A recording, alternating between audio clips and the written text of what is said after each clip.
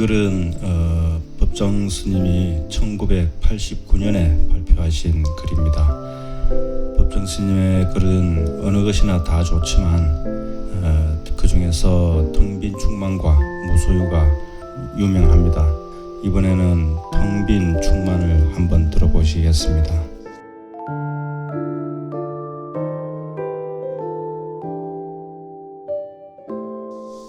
텅 빈 충만.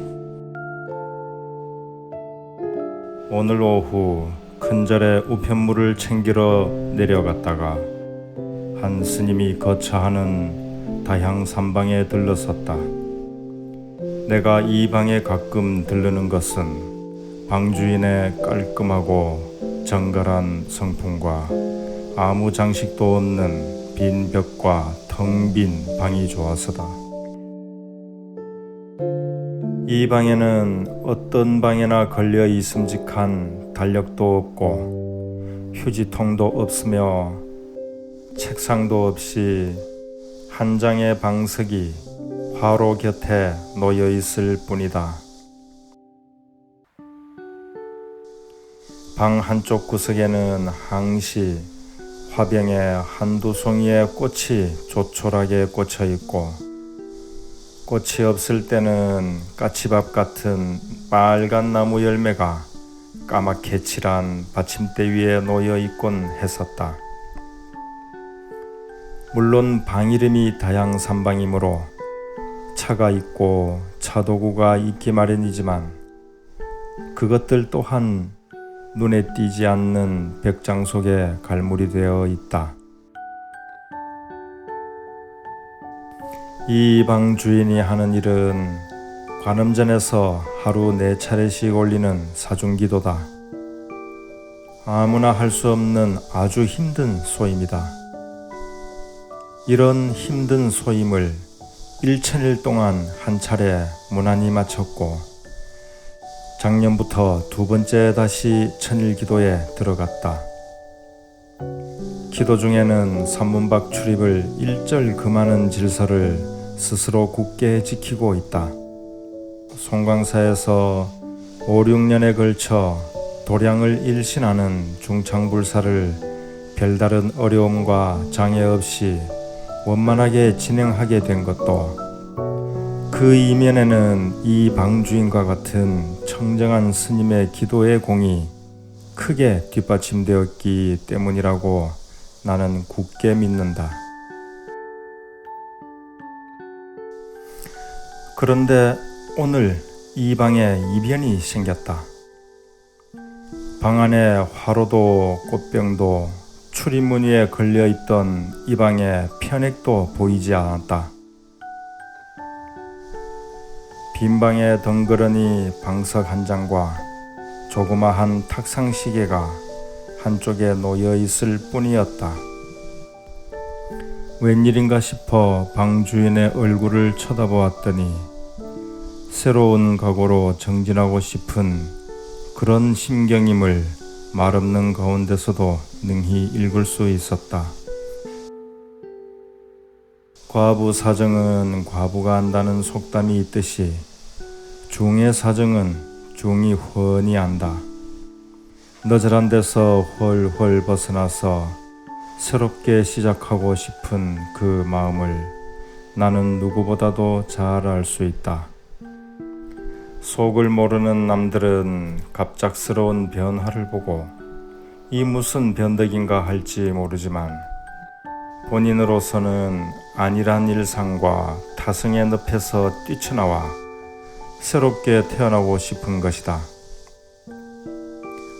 그런 그의 소망은 부모 형제를 떨쳐버리고 집을 나올 때의 그 출가 정신에 이어진다.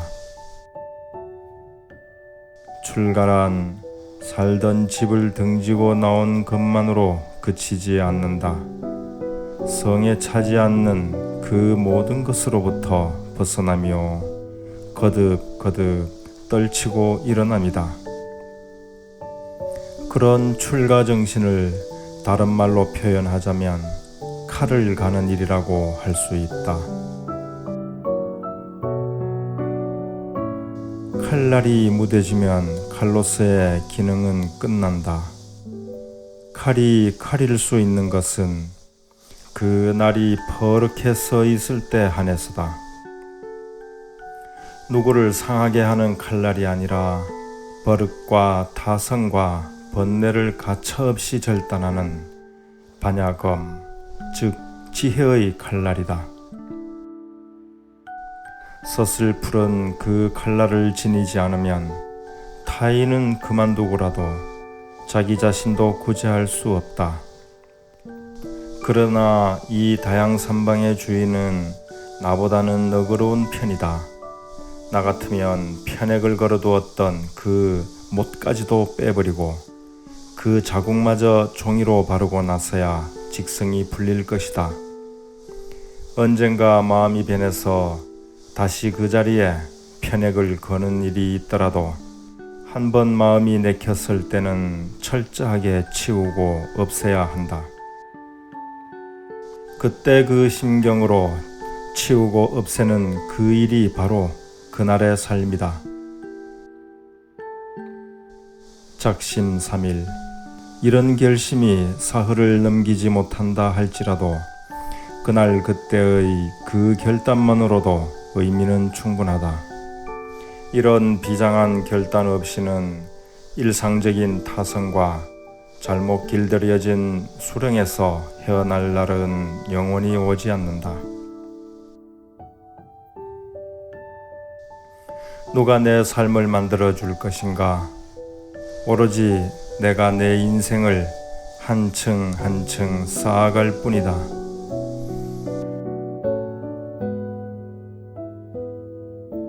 선종서에 방거사라는 특이한 선자의 이야기가 실려 있다.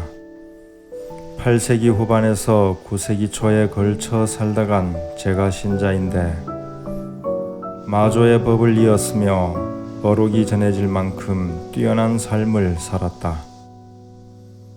그는 원래 엄청난 재산을 지닌 소문난 부호였다. 그런데 어떤 충격을 받고 그랬는지는 전해지지 않으나 어느 날 자신의 전 재산을 배에 싣고 바다에 나가 미련 없이 버린다. 어떤 문헌에는 바다가 아니고 동정호로 기록되어 있다.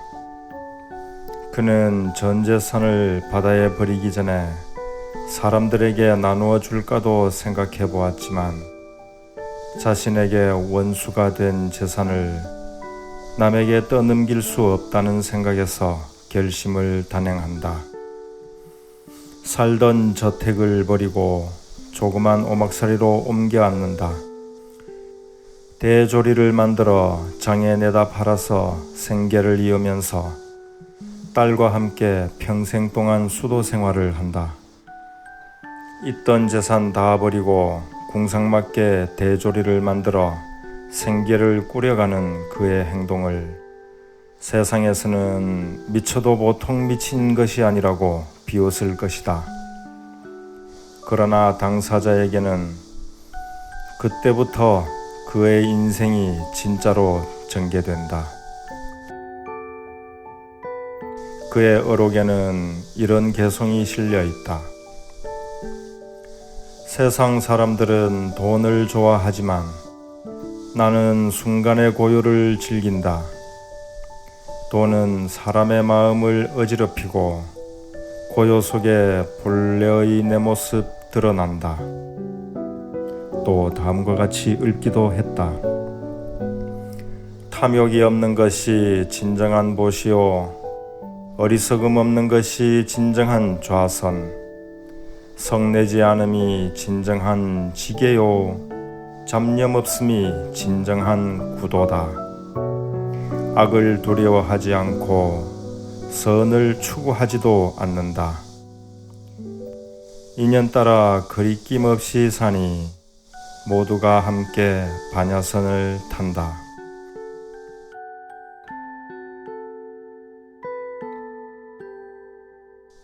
며칠 전 여수 오동도로 동백꽃을 보러 갔다가 현정이네 집에 들렀다.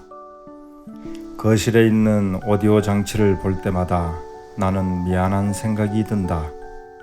이 오디오는 애초 현정인의 아버지가 나를 위해 우리 방에 설치해 준 것인데 한 1년쯤 듣다가 예의 그 변덕이 일어나 되돌려 준 것이다.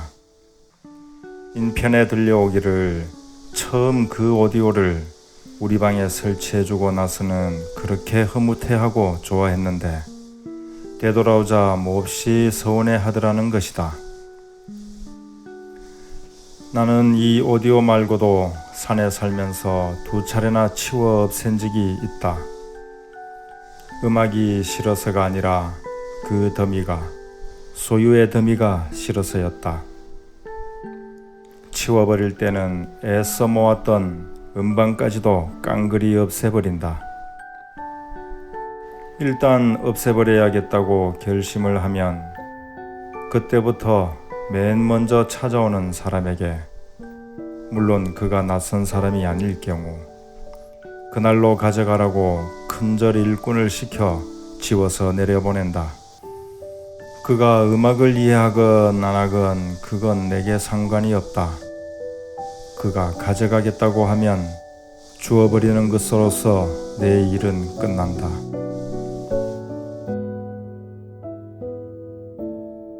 한동안 음악을 듣지 않으면 내 감성에 물기가 없고 녹이 쓰는 것 같은 느낌이 든다. 이때부터 하나 또 들여놔볼까 하는 생각이 일기 시작한다.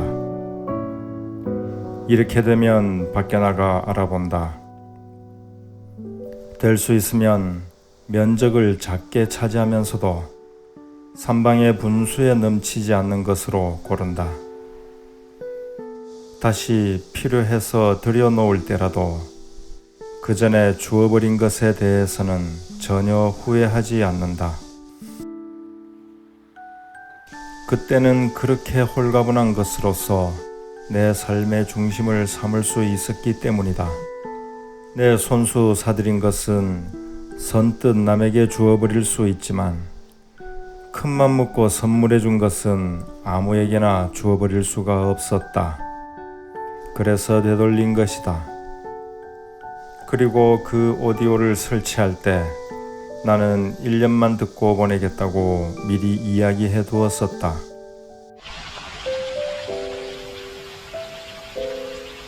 이제 내 귀는 대숲을 스쳐오는 바람소리 속에서, 맑게 흐르는 산골의 시냇물에서, 혹은 숲에서 우짖는 새소리에서 비발디나 바흐의 가락보다 더 그윽한 음악을 들을 수 있다. 빈 방에 홀로 앉아 있으면 모든 것이 넉넉하고 충분하다. 텅 비어 있기 때문에 오히려 가득 찼을 때보다도 더 충만하다.